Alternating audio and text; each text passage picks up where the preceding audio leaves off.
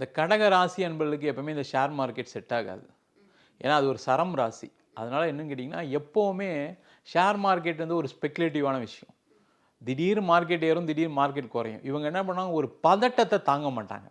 ஒரு சின்ன ஒரு பதட்டம் வந்தாவே கட கட கடன்னு எல்லாத்தையும் தப்பா முடிவு எடுத்துருவாங்க. அப்போ வந்து அந்த மார்க்கெட்ல இருக்கும்போது என்னன்னா, நெறைய நஷ்டத்தை சந்திக்க வேண்டிய சூழ்நிலை வரும்.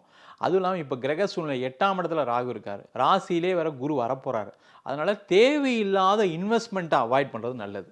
அது முக்கியமா ஸ்பெகுலேட்டிவ் மார்க்கெட்னு சொல்லக்கூடிய ஷேர் மார்க்கெட்டு, கிரிப்டோ கரன்சி, சீட்டு போடுறது, அதேமாரி இன்னொருத்தருக்கு இன்வெஸ்ட் பண்றது, இன்னொருத்தருக்காக கடன் வாங்குறது, இன்னொருத்தருக்காக நான் கையெழுத்து போடுறேன், இன்னொருத்தருக்காக நான் வந்து என்னுடைய வண்டிய குடுக்குறேன், கார் குடுக்குறேன். இந்த மாரி விஷயங்கள ஈடுபடாம இருக்கிறது ரொம்ப ரொம்ப நல்லது. தேவையில்லாத பிரச்சனைகள் வரும். அதுக்கு இவங்க என்ன பண்ணலாம்னா, புரொடக்டிவா பண்ணணும் அப்படின்னா, கமிஷன் சார்ந்த துறை ஏதாவது செஞ்சாங்கன்னா சூப்பரா இருக்கும். இவங்க எப்பவுமே இன்னொருத்தர் நல்லா இருக்கும்னு நினைக்கக்கூடியவங்க.